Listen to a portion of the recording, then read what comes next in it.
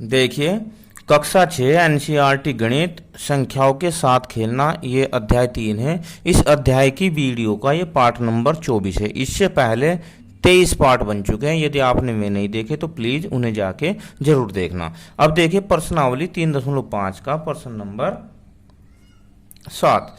तीन क्रमागत संख्याओं का गुणनफल सदैव 6 से विभाज्य होता है। इस कथन को कुछ उदाहरणों की सहायता से स्पष्ट कीजिए। देखो, विभाज्यता के नियम हमने काफी पढ़े हैं और इस पर वीडियो भी बनाई है।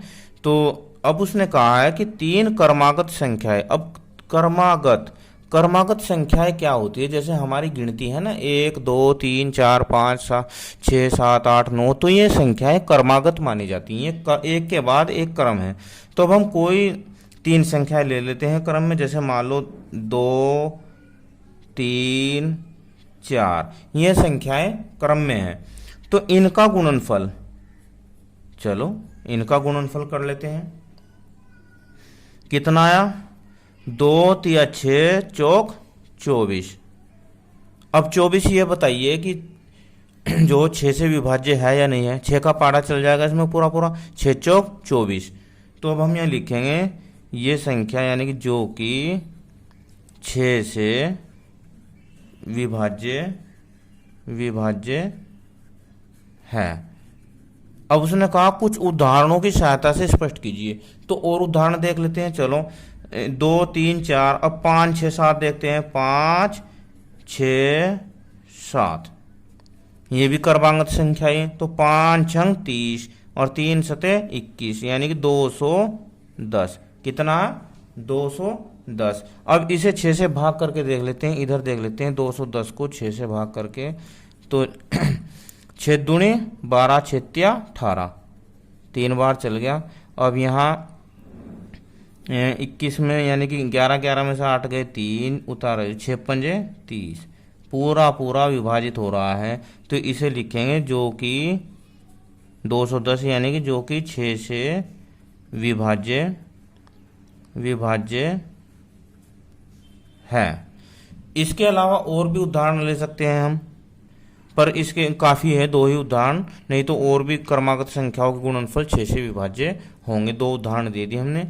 आइए इसके बाद प्रश्न नंबर 8 को देखते हैं। अब देखो प्रश्न नंबर 8।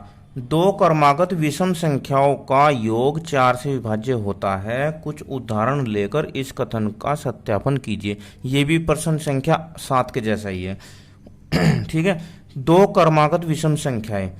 अब देखो, विषम संख्याएं क्या होती है, सबसे पहले हमें ये जानना जरूरी है।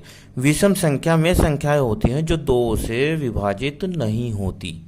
ठीक है, जो 2 से विभाजित नहीं होती। अब हम सबसे पहले विषम संख्याएं ले लेते हैं, लिख लेते हैं कुछ विषम संख्या।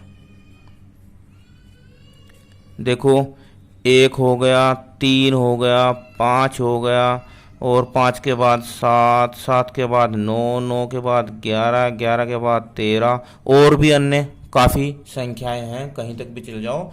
ठीक है, इसके बाद अब हम लिखते हैं 2 क्रमागत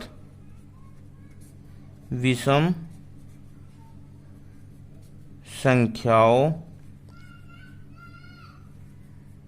संख्याओं का योग।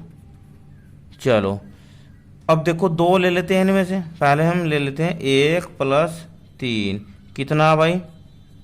4 हो जाएगा।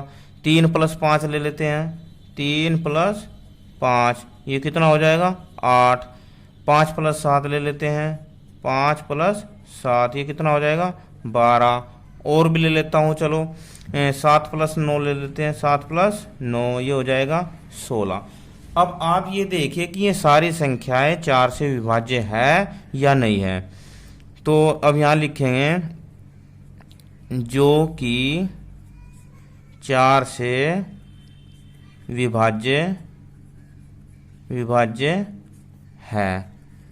इसमें भी ऐसे ही, ये भी 4 से विभाज्य, 4 दूनी 8, जो कि 4 से विभाज्य है। ये 12 भी हो जाएगा, 4 तिया 12, जो कि 4 से विभाज्य है। 16 भी हो जाएगा, 4 चौक 16, जो कि 4 से विभाज्य है। इसी प्रकार अन्य उदाहरण भी काफी हो सकते हैं। ये इसका उत्तर हुआ। वीडियो कैसी लगी मुझे कमेंट में जरूर बताना। Thank you, have a nice day.